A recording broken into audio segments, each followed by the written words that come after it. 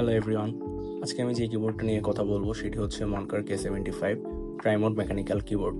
চলুন কিবোর্ডটিকে আনবক্স করে ফেলা যাক। আনবক্স করার পর প্রথমে আমরা পেয়ে যাব একটি ম্যানুয়াল, এরপর পেয়ে যাব আমরা কিবোর্ডটি, যেটা একটি পলিথিনের ভিতরে থাকবে এবং এটার ভিতরে একটি ডাস্ট কভার আছে।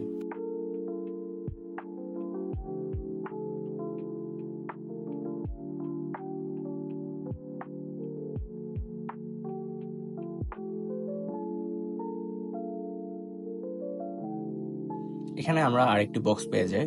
বক্সের মধ্যে আমরা পাচ্ছি একটি কিক্যাপ স্পুলার আর একটি কেবল। কেবলটি ব্রেডেড নয়। আর এখানে আরেকটি দুঃখের বিষয় হচ্ছে আমাদেরকে কোনো এক্সট্রা সুইচ দেওয়া হয়নি। সো আমরা আমাদের একটা সুইচ নষ্ট হয়ে গেলে আমরা সেটাকে চেঞ্জ করতে পারছি না, কিনে নিতে হচ্ছে আমাদেরকে। বক্সের ভিতরে এটা দিয়ে দিলে ভালো হতো।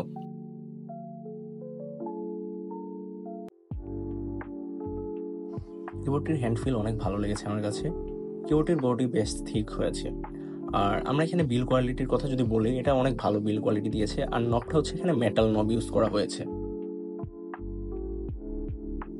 এবার যদি আমরা কিবোর্ডের ব্যাক সাইডে যাই, আমরা সেখানে দেখতে পাচ্ছি মনকার একটি ব্র্যান্ডিং আর ফিট দেওয়া আছে। এরপরে আমরা পাচ্ছি ট্রাইমোড কানেক্টিভিটি সুইচ অপশন, চার্জিং এর অপশন, এন্ড আমরা ডঙ্গলটি পাচ্ছি আর উইন্ডোজ থেকে ম্যাকে কনভার্টের বাটনটি পাচ্ছি।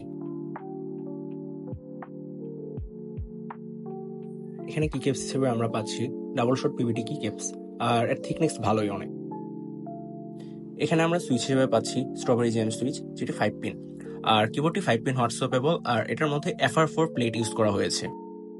কিবোর্ডটিতে রয়েছে সাউথ ফেসিং RGB, আর এর মধ্যে একটি রয়েছে সফটওয়্যার সাপোর্ট। সো আমরা সফটওয়্যারটি যে কোনোভাবে কন্ট্রোল করতে পারবো।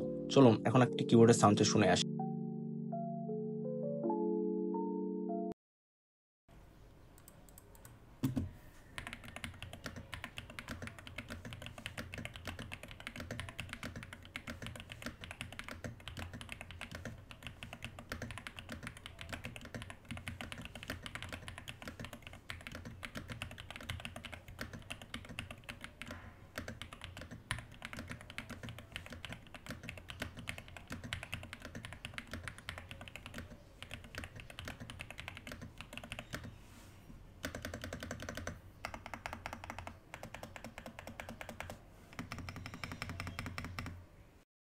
কিবোর্ডের সাউন্ড প্রোফাইলটি হচ্ছে ক্রিমি প্রোফাইলের। আমাদের স্টেবিলাইজার গুলো একটু টিউন করে নিতে হবে, সেক্ষেত্রে আমরা আরো ভালো সাউন্ড পাবো।